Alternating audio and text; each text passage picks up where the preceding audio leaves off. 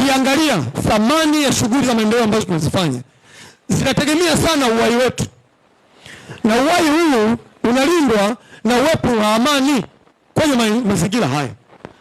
Kwa hiyo mipaka hii kama tuliweka wenyewe kisheria na tukachora tukatengeneza ramani, kama leo hii hati hii ina ramani ya kiwanja chako, kama tayari umepewa, kesho ukaona kipande fulani pale mgomba unastawi vizuri na wewe ukaongeza, hiyo ni jambo lingine.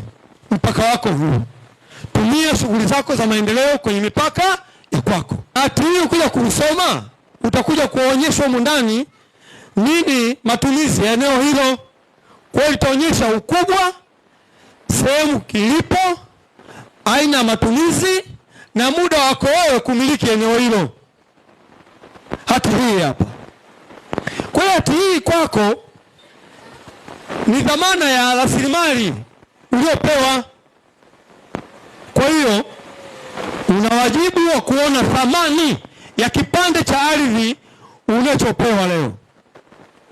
Hati hii itakusaidia wewe kwenda benki, kwenda kuomba mkopo, na hati hii ukaweka kama dhamana. Tunampongeza na kumshukuru sana Daktari Samia Suluhu Hassan. Ndani ya miaka minne amefanya upimaji na urasimishaji kwa maana mipango bora, matumizi bora ya ardhi kwa vijiji zaidi ya 50 ndani ya miaka minne. Hili si jambo dogo.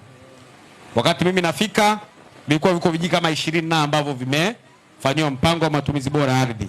Sasa hivi kama ambavyo umesikia taarifa, vimefika vijiji 81. Kwa hivyo sisi tuombe wazee wetu, tunajua kero hizo mlizonazo, tunajua namna mnavyotaabika, tunajua mnavyoumia. Ardhi ya kijiji cha Nambilanje kuitwa iko Mkaranga, Mtondo kuitwa iko Naja, mnaumia, lakini tuna changamoto ya hygiene ambayo iliyoko kwa mujibu wa sheria, na uwezi kuibadilisha, ni mpaka urudi kwenye utaratibu wa kisheria.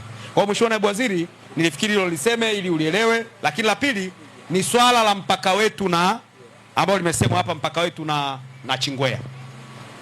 Huo mpaka pia changamoto yake ambayo ipo ni kwamba huu mpaka kwenye GN ile mpya, ukitaka tuufate na unyoshwe kama ulivyo, vijiji viwili vya wilaya ya Ruangwa vinatakiwa kuhamia na Chingwea, na vijiji 4 vya wilaya na Chingwea vinatakiwa kuhamia Ruangwa. Nani wa kumfunga paka kengele?